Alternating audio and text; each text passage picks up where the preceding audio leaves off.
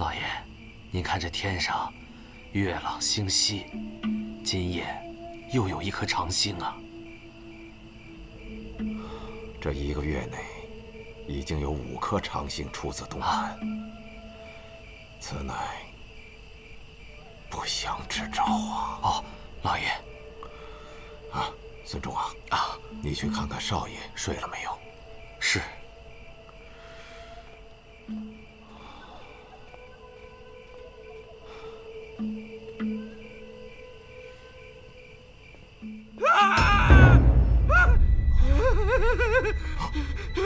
老爷，公子呢？公子，公子，公子，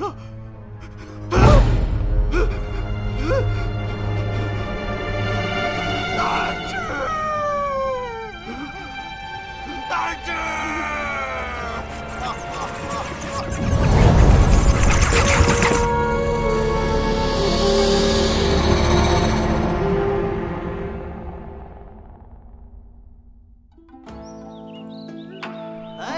知道吗？昨天晚上，陈家公子死了。哪个陈家？药商陈佑昌家。你说，会不会是他家卖了假药，引得仇家上门？哎，我还得告诉你啊，陈家公子那死法，可真了不得。那你可得快说，快说，怎么个了不得法啊？听人说呀，是他自己剖开肚子，死在房间里。哎，你等会儿，剖开肚子啊！哎，我看过一本书啊，是蓝宇笑笑生写的《凶怪录》啊，他那个第1篇写的跟你说的一模一样啊，太神乎了那个。哎呀，吃饱喝足了吧？走，萨摩呢？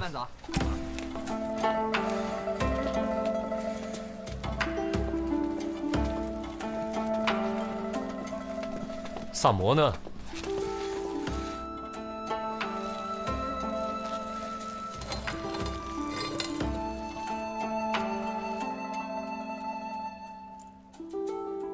三炮，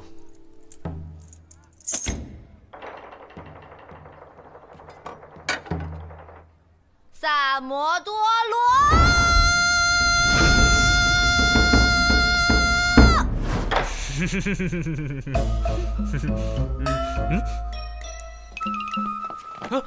走吧。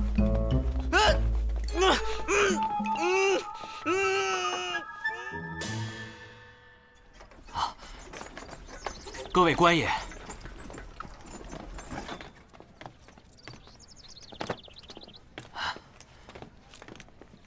官爷请，请。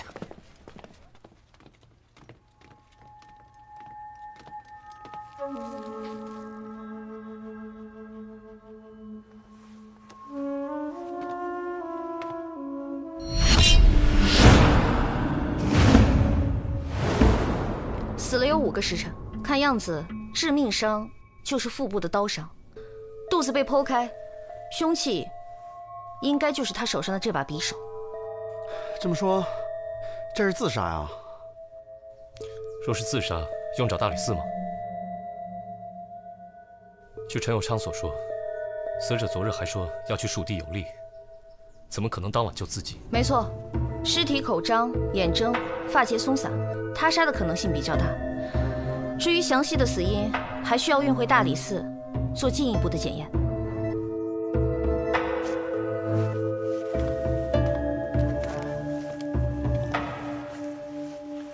写的什么啊？长星横天，必有灾也。次日，书生手持利刃，剖腹死，盖灾星或人也。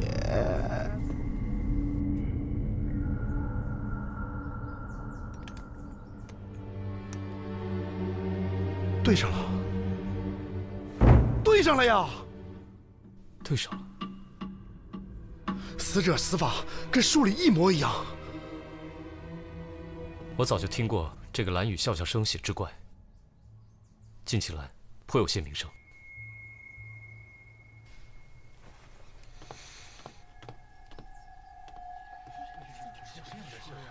第一个发现尸体的人是谁啊？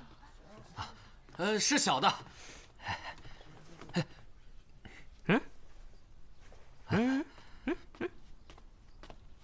回官爷，正是小的。昨天晚上是什么情况？昨夜，我家主人从外面赴宴回来，小的与主人回房歇息，只见一颗斗大的长星从东南划过。挑重点的说。回官爷，我家主人好像知道有什么事情要发生一样，叫小的去少爷房间看看少爷睡下没有。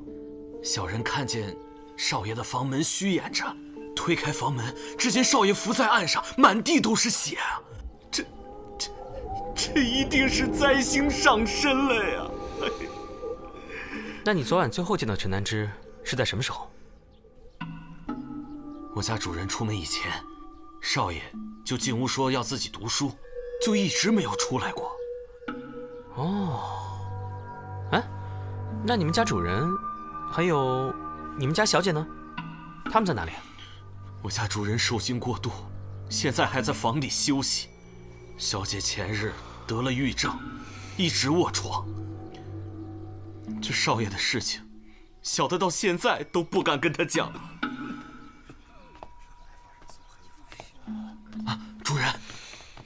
主人，官爷，千万要给小民做主啊！你们家公子平日有什么仇人没有？南之平日就不爱打理生意，交往的也都是些书生。要说仇人，最多也就是诗文上纷争罢了。我看陈南之桌上放了一册《凶怪录》，你之前可曾见他读过此书？小民以为，志怪传奇都是些不入流的东西。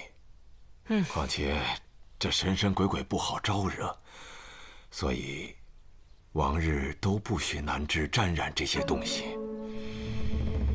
你可相信鬼怪上身的传言啊？南之不会是罢了南之？你先回房休息，我们再四处看看。是。孙忠，留下来好好招呼几位官爷。是，主人。那边那位书生打扮的人是谁啊？那位是小姐的教书先生，姓柳。柳先生，请您过来一下。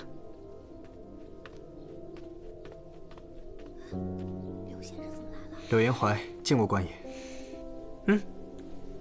这位先生年纪轻轻就做了教书先生，想必一定文采过人吧？官爷高抬，小人在家中种过秀才，只因家贫无缘在世，便留在长安做了教书先生。柳先生与少爷有过交情，是少爷力荐柳先生留在陈家的。哦。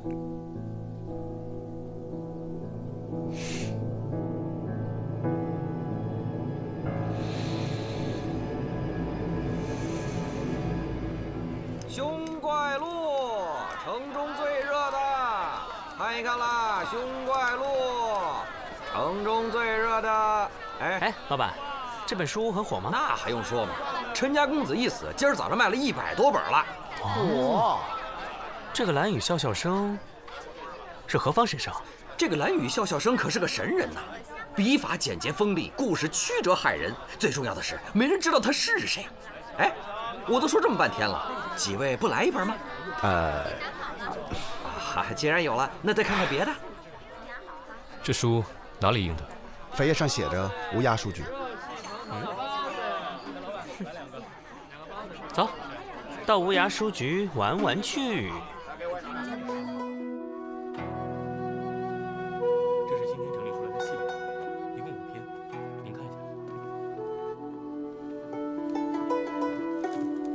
来人，大理寺办案，把你们掌柜的叫出来。官爷请稍等。几位官人有何贵干？你就是书局掌柜的？哦，不，小的只是一个管事。那你们掌柜的去哪了？掌柜的8年前去世了，将书局留给了邵掌柜。可邵掌柜天生爱玩，半年前出去游玩，一直没回来。现在书局由我来管事。可听说药商陈家公子之死？哦，有所耳闻。那你可知道，陈公子的死法和你书局印的凶怪录中一则志怪故事一模一样？小的明白几位官人的来意，只是书局只负责挑选和售书，蓝宇笑笑生与书局之间向来只是书信联系，从无当面往来，从无接触。官人们如果想接着查案，可以去风华楼问问。那几个写传奇和戏本的书生，都爱在风华楼谈天切磋。小的这边忙不开，先行告退。三炮，萨摩呢？啊？不知道啊。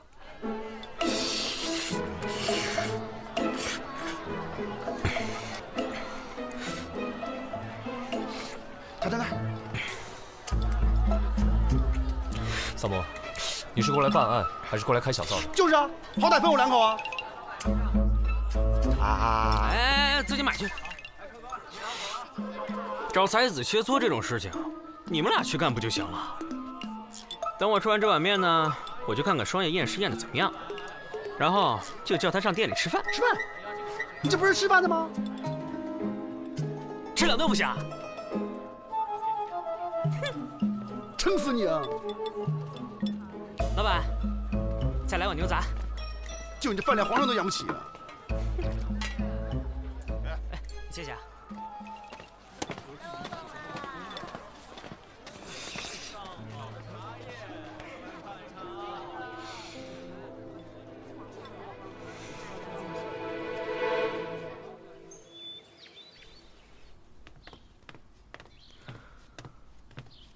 有什么发现吗？我已经检查过了，致命伤就是腹部的刀伤，但是它是什么？如果是自残的话，会因为腹痛，入刀口深，出刀口浅；但如果是他杀的话，配合一下呀，他就会拼命的挣扎，伤口必然是深浅不一。可是这具尸体上的伤口也未免太过平整了。那会不会是他死之前被迷晕了？正在做检测呢。稍安勿躁啊。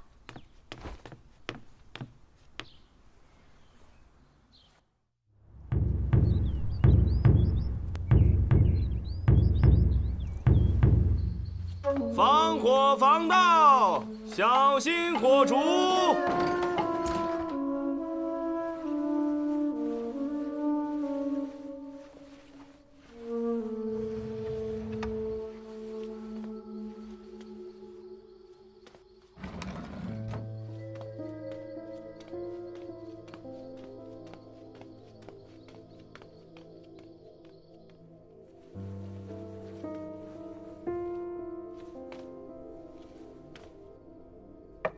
娘子，是我。快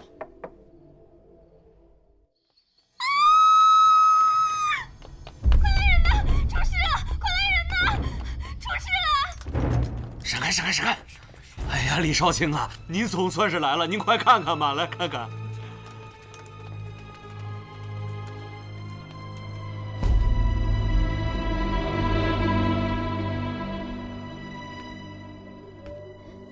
早上我来服侍我家小姐吃药，可是她好像没气了。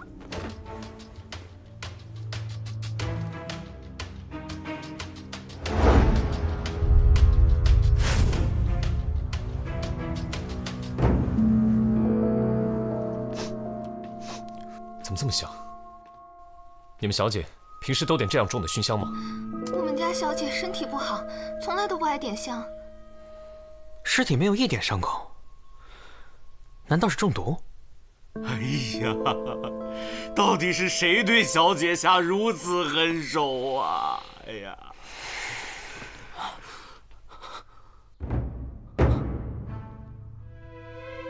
万载，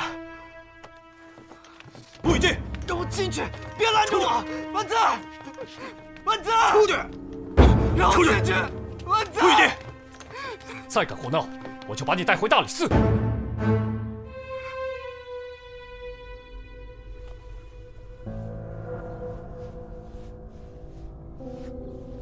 有女子夜难寐，行至院中，遇一男子俊朗有异象，情生随好合。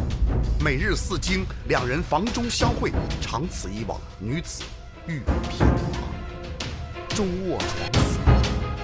盖狐仙摄魂也。狐仙摄魂，狐仙摄魂，你们听过没？啊，行了，你们在门口吵吵打扰，大人办案。行，散了，走，真是，大人，对不住。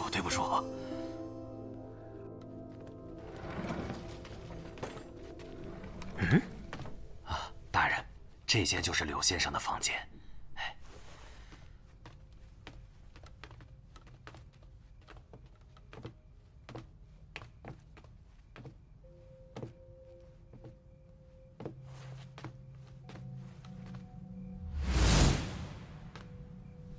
怎么乱成这样？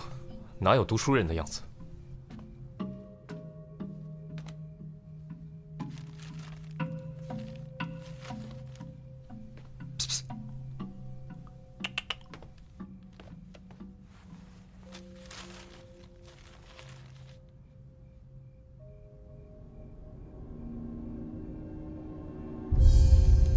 那小子果然有问题。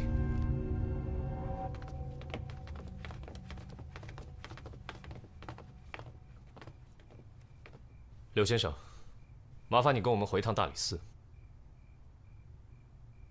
我们在你房间里找出了凶怪录的草稿，不管怎么说，你都脱不了干系。你们是怀疑小生是凶手了吗？柳先生，我们是不是应该叫你蓝雨笑笑生啊？哎呀，得亏啊，抓到了这个蓝笑笑啊，不是蓝雨笑笑生，要不然他还躲在府里，多危险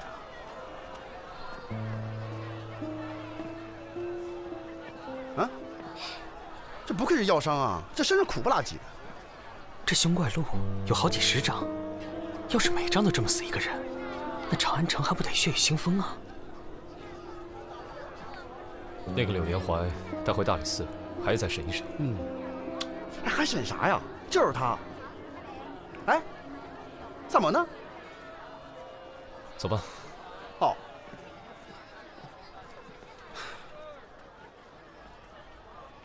请，1日3次，按时服药啊。好，谢谢老板。行，慢走啊。哎，老板，问你个事儿啊，昨天是不是有个书生模样的人来你们这儿买药啊？哦，确实有这么回事。哎，他买的什么药啊？这病人的隐私，我怎么能随便？懂。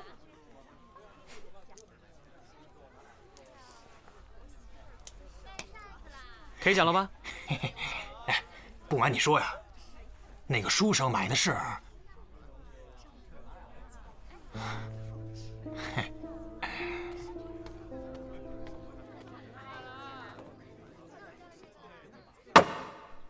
柳延怀，你与陈家姑娘私通，却被陈南之发现。看你不过一介穷书生，他当然会阻止。于是你便暗起杀心。为了掩人耳目，你便用书中的手法杀人，造成一种志怪杀人的假象。但你没有料到的是，陈家姑娘发现了你的秘密，所以你只能将她一同杀害。这凶怪录是抄自你的戏本，还有谁会比你更清楚里面的作案手法？官人，小生真的是被冤枉的。你可知道，陈家姑娘已有2个月的身孕，她的头部被插了一根尖细的银针，此乃死因，你手段何其毒辣！柳延怀，你可知罪？柳延怀，你可知罪？来人呢？来了，来了，来了，来了。这都要结案了，你怎么才来啊？这个柳延怀根本不是凶手。什么？官人，小生真的没有杀人啊！你的推论是没错，可是其中有一个地方错了，所以整个推论都是不成立的。这是当时柳延怀需要不抓的几味药。当归、白芍、艾叶、厚朴，这是安胎药的方子。安胎的方子。我和婉在是真心相爱的。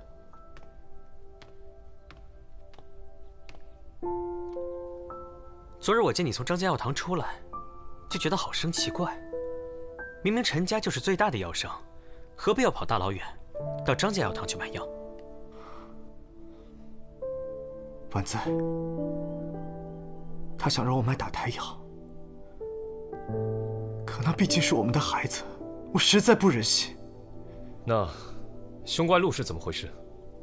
我原名柳延怀，1年前来到长安，化名柳叶刀。你说你是柳叶刀，那蓝雨笑笑生你可认识？陈南之，他就是原先的蓝雨笑笑生。他用我的戏本改成一篇志怪，一举成名。我自此封笔，他却再也写不出来了。于是，他在我回乡之前找到了我，给了我一笔钱，让我留在他家，为他做代笔。那你化名成蓝雨笑笑生，写的东西是怎么交给书局的？写完了，先给陈公子看一眼，没什么问题，就让孙管家送到书局去。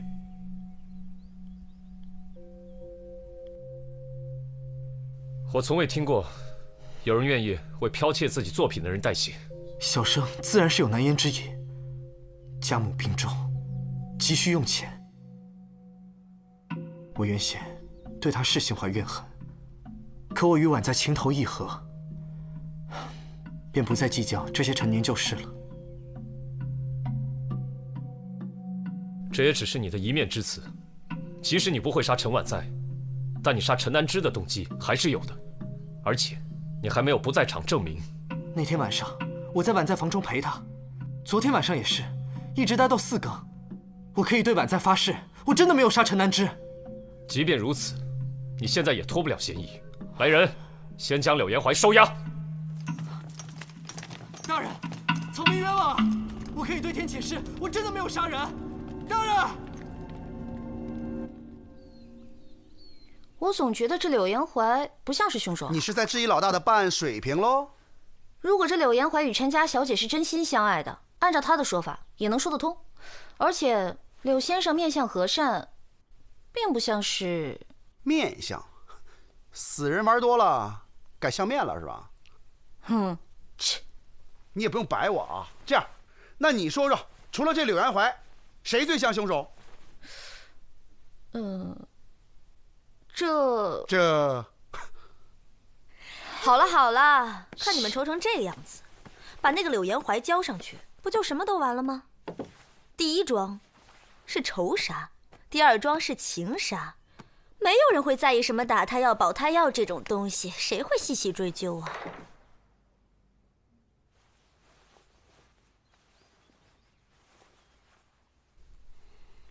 动机是什么呢？谁会希望这2个人都死呢？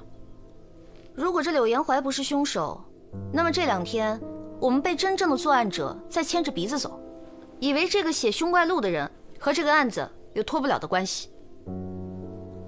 这凶怪录依然很关键。假设柳延怀是清白的，那么凶手能够用凶怪录去诬陷他，说明凶手知道他在写凶怪录。还有，柳延怀说昨晚他在陈婉在房间直到4更，所以凶手是知道他是何时回房的。所以我觉得，凶手就在陈家。还有另外一种可能，就是跟凶怪路有关，也有可能是乌鸦书局的人。哎，思念啊，你认不认识乌鸦书局的老板？你帮忙打听一下呗。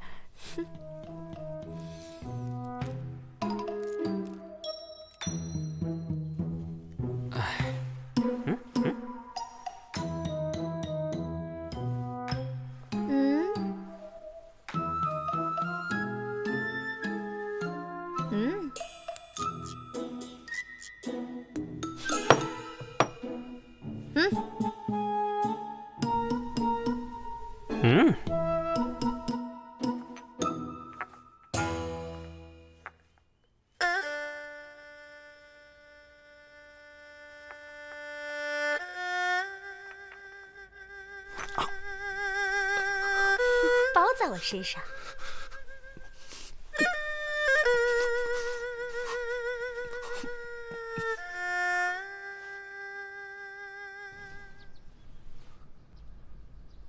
您来了，多亏了您，我们家公子和小姐才能死得瞑目啊。你家主人最近可好？老爷在房内歇息，大人请在厅堂稍待片刻。啊！有贼！大人，大人先留步，我去看看什么情况。快去快去！站住！来人呐，抓贼啊！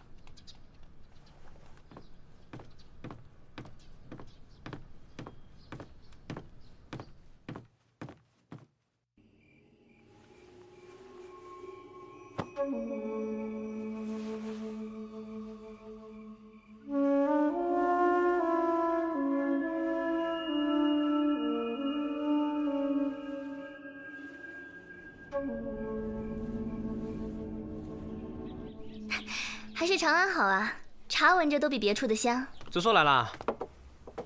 子苏，我前几日出长安帮内的办事去了，听说你们最近在查一个志怪杀人的案件，一回来就先来这儿了。来的正好，我们前2天查到的线索，全都断了。我今天呢看到陈佑昌，他家里有一个那么大的灵芝，然后呢他还跪在蒲团上，对着大灵芝，嘴里面念念有词的，好像在祭奠什么似的。哎呀，那个陈佑昌一连死了1双儿女，那人家在家里祭奠也很正常吗？他多可怜呐！他家里没有厅堂，他干嘛不去那里伤心呢？再说了，哪有父亲跪拜自己儿女的？还偷偷摸摸的在祭拜，一定是另有其人。哎，不过你刚才比划那个灵芝也忒大了点吧？是吧？啊，我就跟萨摩说嘛，要真有那么大灵芝，早就成精了。你肯定看走眼了。真的有这么大灵芝啊？子苏，你说说看，你有没有见过这么大灵芝啊？我倒还真听我爹说过，京城有这么大的灵芝。真的？但是好像早掉江里，无处可寻了。到底是怎么回事啊？大概20年前，鲁郡有2个采药人，一个姓周，一个姓陈。2人一起在深山采到一颗大如铜盆的灵芝，就立马通知知县上报朝廷。朝廷就让他俩把灵芝送到长安城。谁料途中遇到水匪，周家人全家都死了，陈家人倒是侥幸逃脱了。又是姓陈。那这案子后来破了吗？没有记录。那陈家后来怎么样了？不知道，大概继续回去采药了吧。那你说这灵芝怎么会到了陈佑昌的手里呢？说什么呢？这么大个长安城，有几颗大灵芝很正常。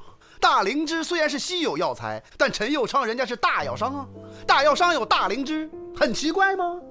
大药商有大灵芝不奇怪，可是没事拿个大灵芝出来拜，这肯定有问题啊。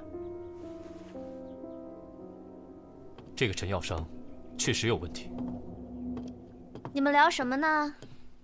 聊个大灵芝。什么大灵芝啊？要你管。哎，四娘，这陈佑昌是哪里人？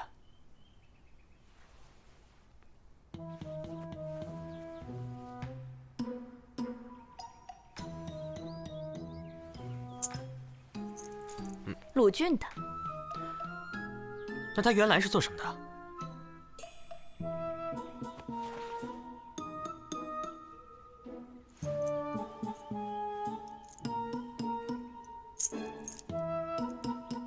知道啊？朝廷命官也是人呐，不带这么欺负的啊！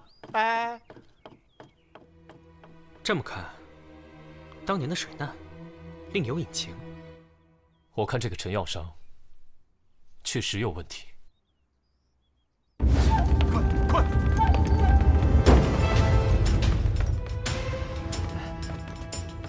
官爷请。干嘛呢？你俩门口守着。官爷，你家主人在哪儿？请跟我来。官爷，请你们一定要保护好我们家主人。放心吧，有我呢。啊，请。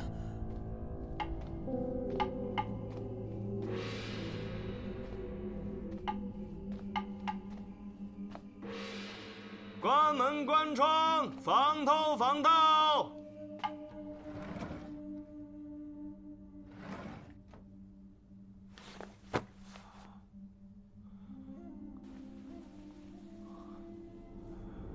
大仙在上，保佑子乔之源脱胎转世，永登极乐。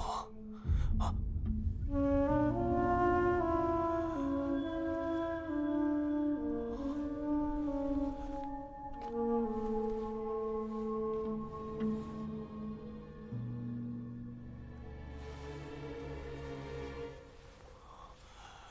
大仙在上，保佑子乔之源脱胎转世，永登极乐。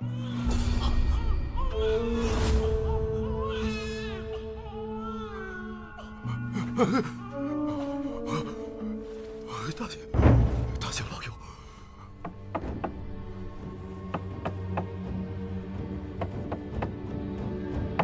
老爷，您没事吧？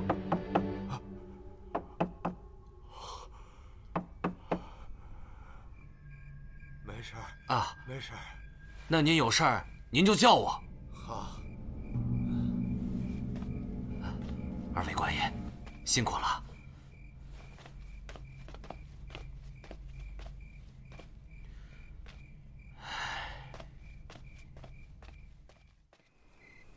我查到一件事，这无涯书局的老掌柜曾经收养过一个姓周的男孩。周家？难道是被害周家的后人？单知道一个姓，并不能确定男孩的身份。你可知道他名字？他叫周之远。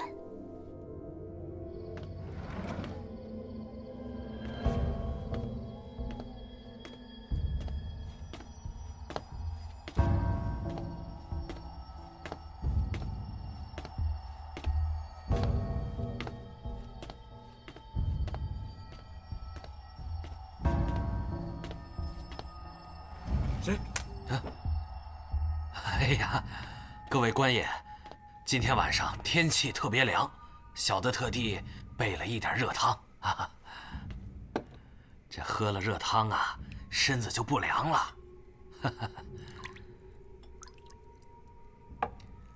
快，趁热喝了吧啊！趁热喝。说是这老掌柜死之后，这姓周的就继承了书局，但现在整个书局里都找不到这个人，只有一个姓常的管事与他来往。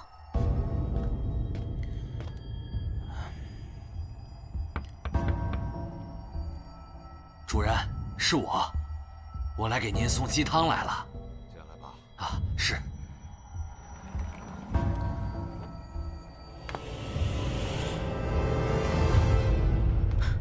等一下，孙仲进府有多久了？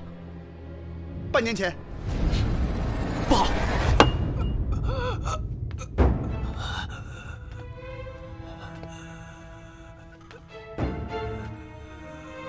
主人，您感觉怎么样啊？我有点头晕。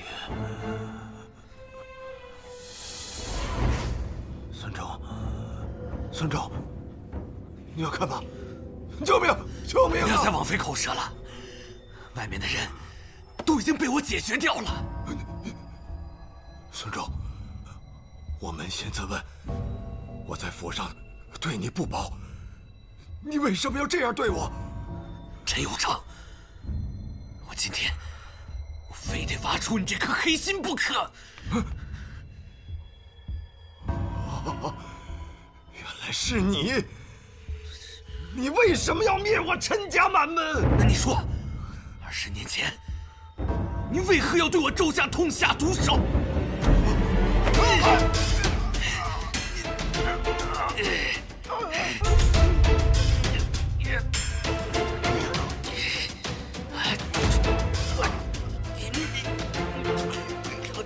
你死！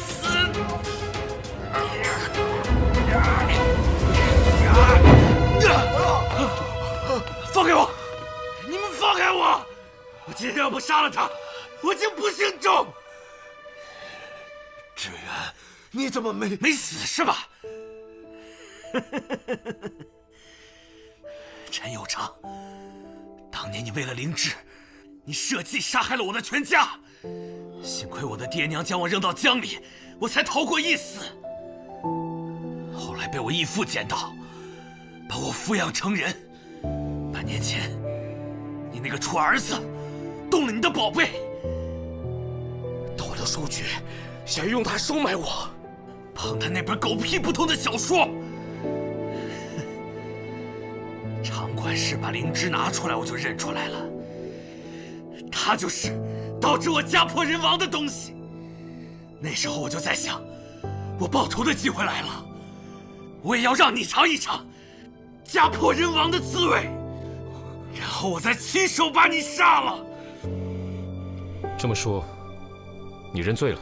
这个姓陈的东西，他才是最大的罪人。够了！如今你们都命案在身，来人，把陈有昌抓起来。是。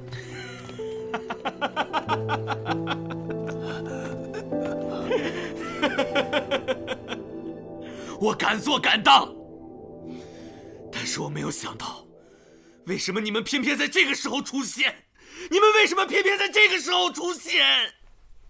你一定很奇怪，自己究竟在哪里出了错误？其实，你每一步都是错的。事发当夜，你第一个进入犯罪现场，在那种情况下，若想查看死者腹部的伤情，绝无可能绕开血迹，而你却衣着如新，这就说明你一开始就存了心，刻意要摘除自己的犯罪嫌疑。另外，若按常理，死者中刀后，身前的血迹应该以腹部为起点呈喷射状态，然而现场并非如此，血迹走向均匀，可见是被杀后搬运至此，从腹部伤口缓慢流淌所致。另，血迹喷溅在书稿上，而书桌上却一滴都没有，可见此处并非第一犯罪现场。显然，凶手试图把犯罪线索引向凶怪路。当我提及鬼神作案时，陈佑昌惊恐万状，而你的神情却略带自得，是以为我们入套了吗？柳元怀出现时，你第一时间向我提及他与陈南之的交集，迅速把犯罪线索引向了与你无冤无仇的无辜者。随后，陈婉在的死亡现场，尸体毫无伤痕，可能是他杀，也可能是暴病。在仵作确定死因之前，又是你第一个跳出来说，到底是谁下的毒手？这就说明你早已知晓陈婉在的死因。我让他们抓柳元怀，也是为了让你放松警惕，继续作案；派兵进驻陈府，也是为了逼你早点动手。我之所以一直没揭穿你，就是想知道你真正的犯罪动机。你作为被老掌柜收养的儿子，接管了乌鸦书局，又碰巧碰到了陈南之的书稿一事，所以你就阴差阳错地找到了当年灭门案的线索。于是乎，你改名换姓进入了陈府。根据无涯书局的场管事说，邵掌柜半年前出门游历未归，你来到陈府也正好是半年前，这未免太巧了吧？根据柳元怀所言，他每次写好书稿，都由你亲自送往书局。而场管事却说，雨兰与笑笑生只有书信往来，从无半点接触。命案当前，一个书局的管事冒险包庇一个药店的下人，这也未免太诡异了吧？你为了复仇，竟然把无辜的柳元怀也卷进来，其心何毒，其罪当诛。带走。是。走。没想到被一个客栈的杂役给看破了，老天爷不开眼呐！哼。哎，你知道吗？乌鸦书局出事了。我听说了，乌鸦书局的邵掌柜和药商陈佑昌被当街斩首。也真是天道循环，报应不爽啊！为了一颗灵芝，死了那么多人，这哪里是仙草啊，明明就是妖草。人死不能复生，想必陈家小姐泉下有知，也不愿见你在此买醉。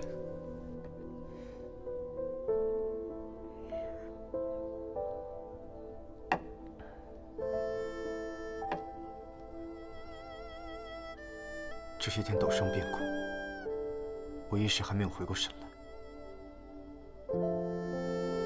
我给你在翰林院安排了职务，负责看管藏书阁，拿的钱可能比陈南之给你的少一些，但你可以看里面的藏书，我想对你的写作会有些帮助。真是要劳李大人费心了。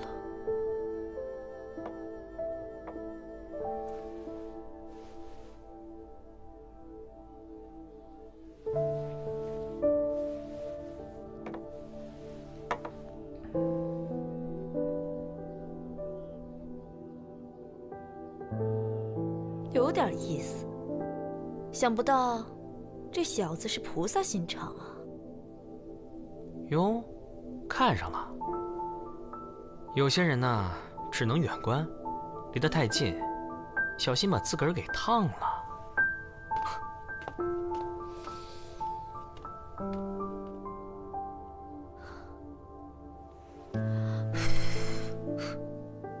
烫一下也不会死吧？